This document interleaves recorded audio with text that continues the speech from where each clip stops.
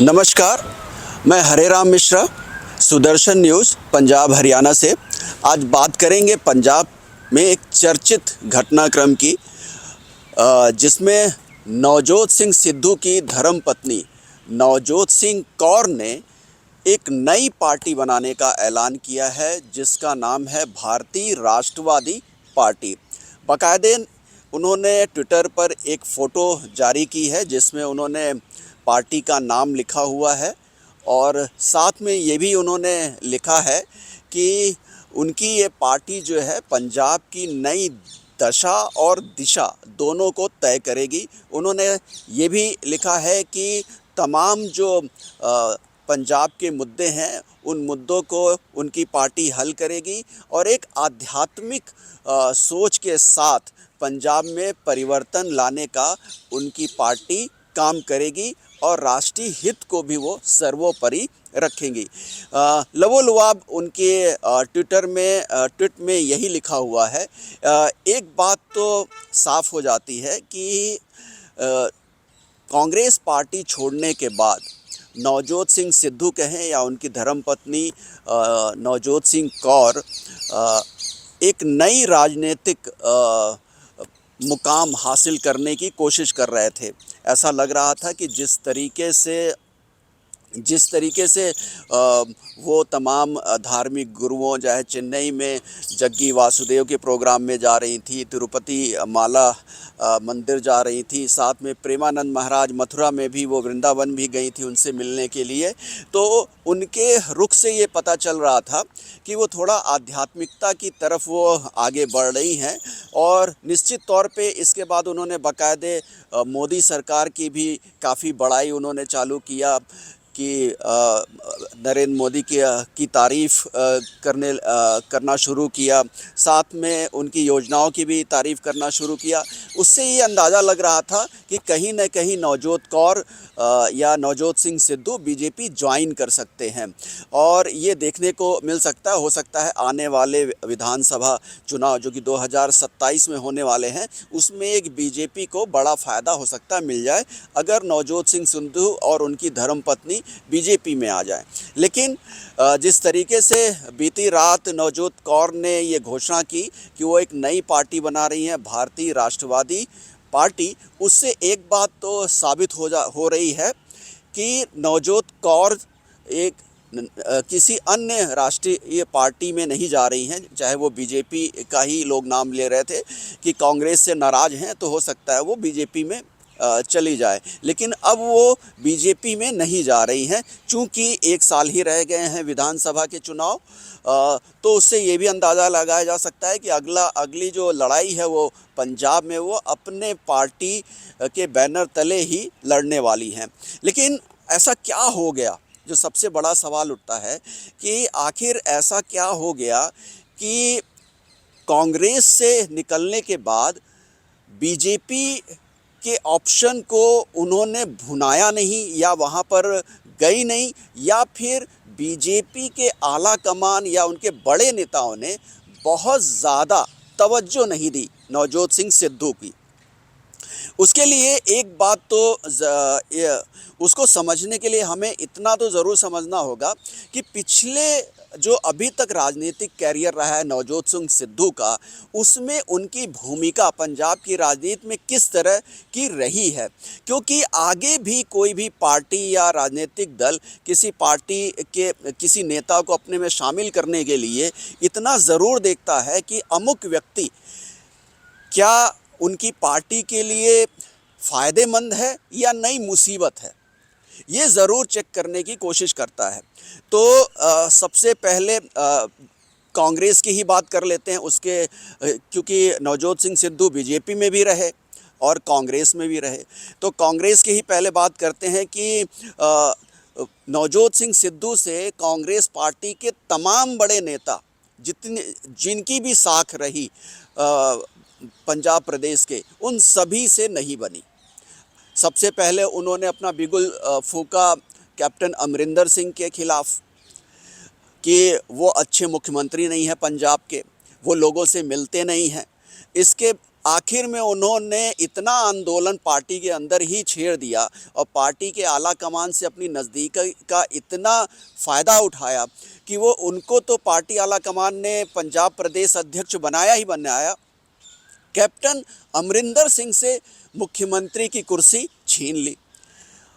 उनको छीनने के बाद उन्हें उम्मीद थी कि कांग्रेस उनको मुख्यमंत्री बनाएगी, लेकिन कांग्रेस ने उनको मुख्यमंत्री ना बना करके चरणजीत सिंह चन्नी को वहाँ पर उन्होंने मुख्यमंत्री बनाया।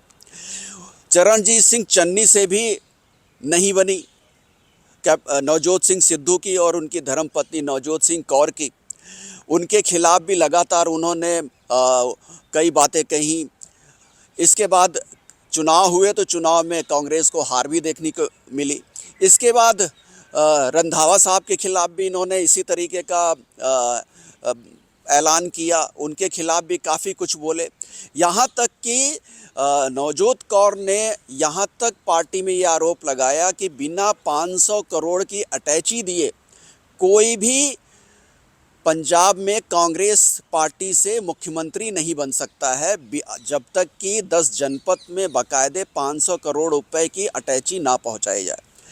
निश्चित तौर पे जिस पार्टी में आप हैं, अगर उस पार्टी के खिलाफ आप इस तरीके के बयान देते हैं तो इतना तो ज़रूर है कि पार्टी आपको बख्शने वाली नहीं है। उसका नतीजा भी यही हुआ कि पार्टी ने उन्हें पार्टी से बाहर जाने का रास्ता दिखा दिया। जब पार्टी ने उन्हें कांग्रेस ने अपनी पार्टी से नवजोत कौर को हटा दिया तो उसके बाद जो है नवजोत कौर तमाम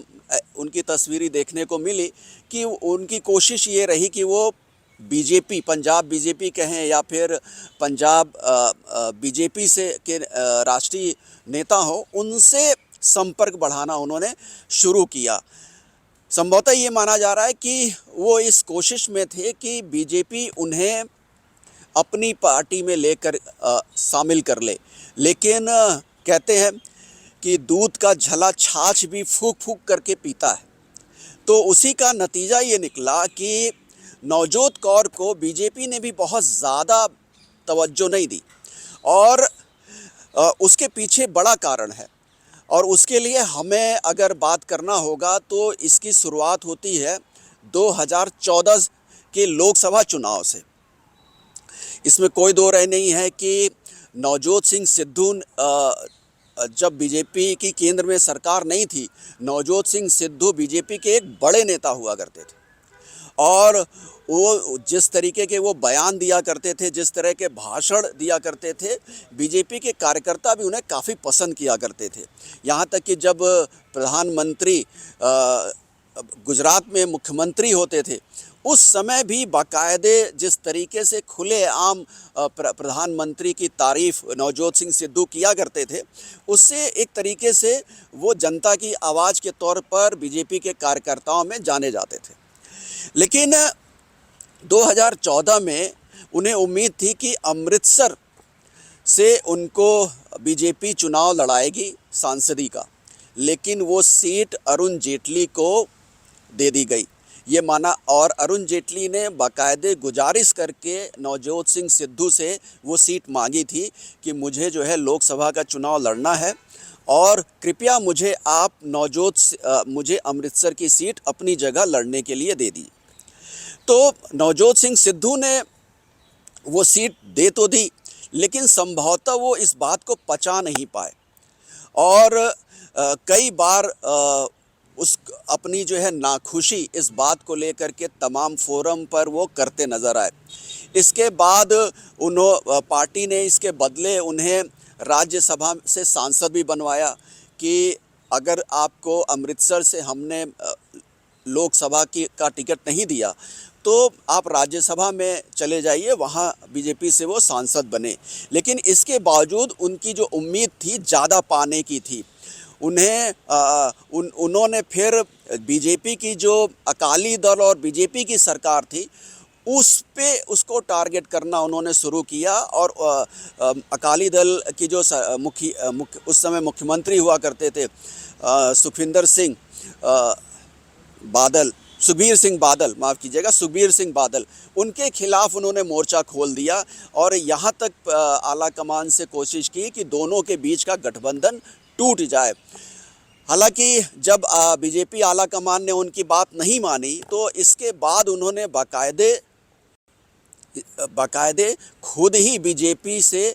अपना नाता तोड़ करके और कांग्रेस में शामिल हो गए। अब ये परिपाटी दोनों, अगर बीजेपी में जब वो थे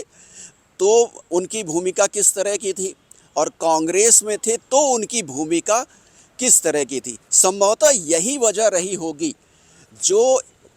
लाख कोशिशों के बावजूद बीजेपी ने नवजोत सिंह सिद्धू या उनकी धर्मपत्नी को पंजाब में अपनी पार्टी में एंट्री नहीं करने दिया। संभवतः ये